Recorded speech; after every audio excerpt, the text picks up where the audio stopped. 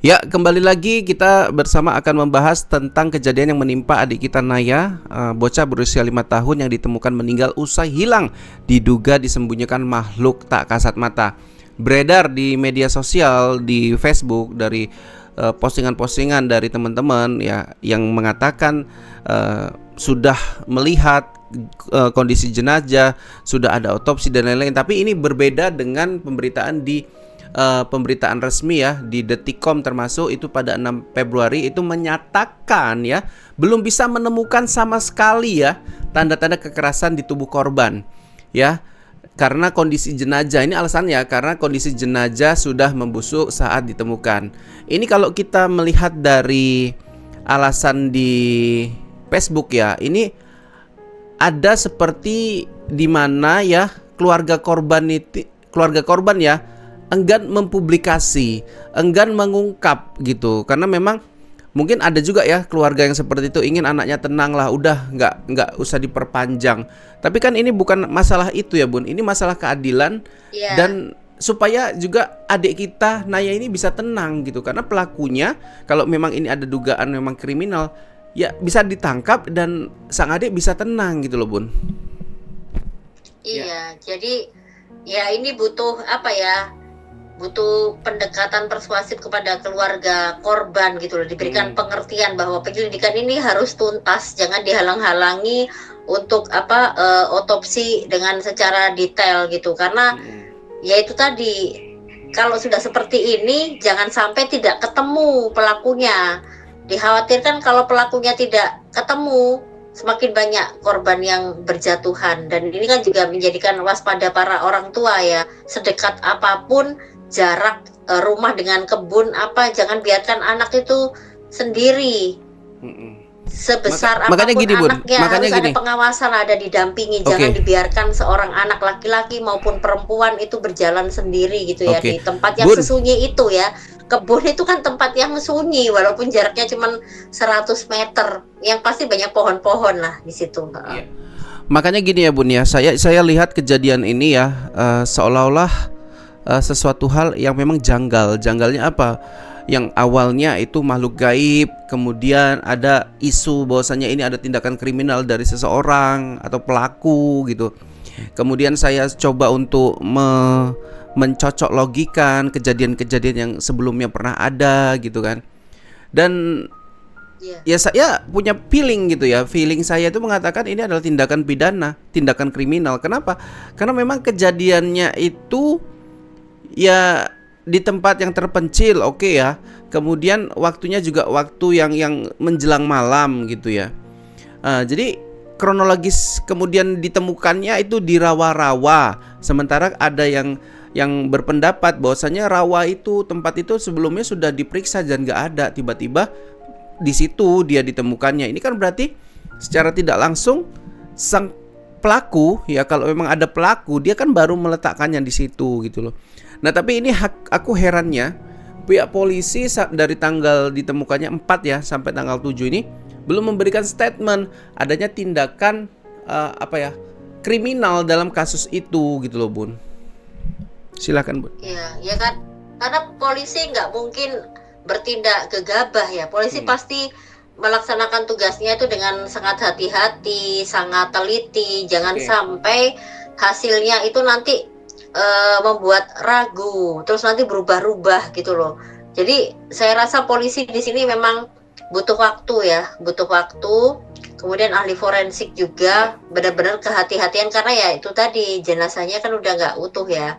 Jadi Oke. kan perlu ketelitian tingkat tinggi dan butuh waktu juga. Cuman jangan sampai ini pelakunya adalah orang penting yang ditutup-tutupi atau dilindungi ya. Namanya Oke. keadilan itu kan harus adil ya, siapapun pelakunya, Oke. apapun orangnya gitu kan.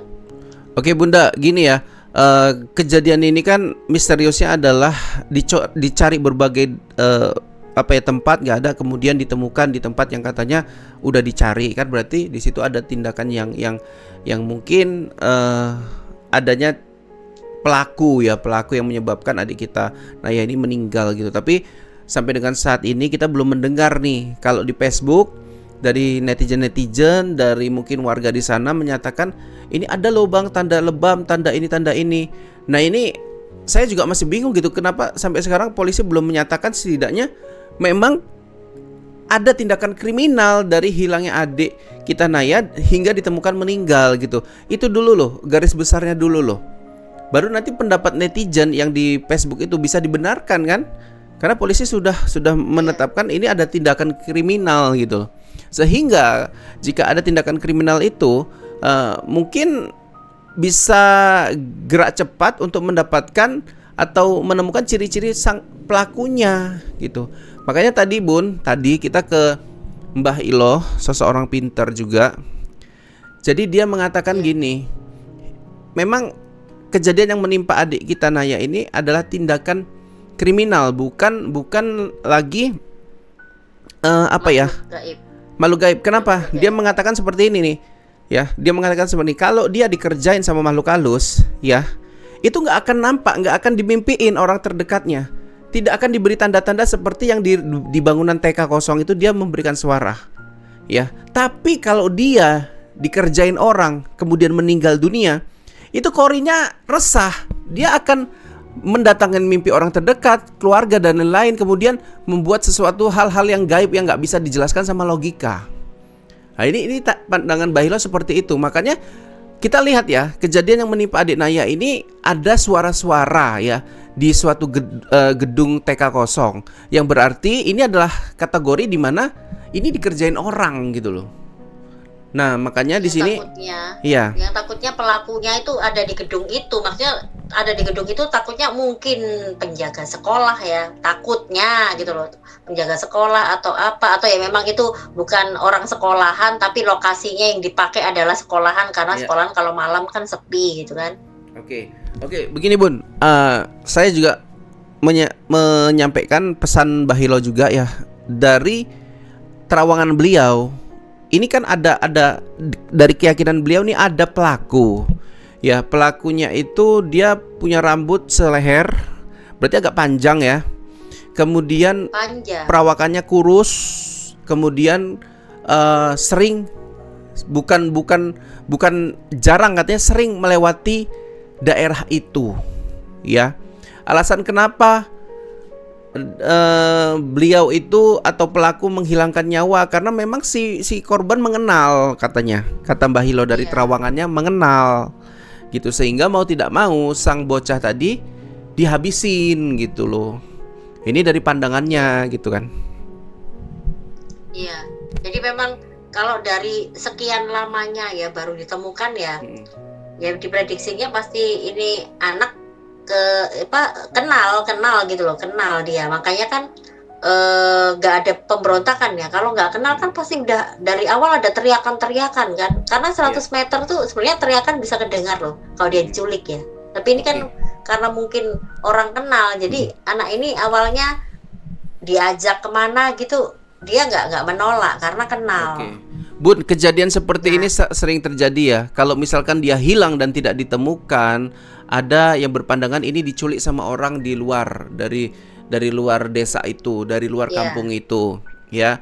Ada juga gelagatannya mungkin warga yang tiba-tiba menghilang, bisa jadi dia menyembunyikannya atau dikubur dan lain-lain ya. Kemudian kalau dia diperkaos kemudian dihilangkan nyawanya, biasanya karena ingin menghilangkan bukti berupa mungkin kesaksian beliau si Polan ini pelakunya gitu, atau ada yang lebih sadis menghilangkan nyawa dengan cara yang lebih keji ya, bisa kita simpulkan itu adalah balas dendam gitu ya.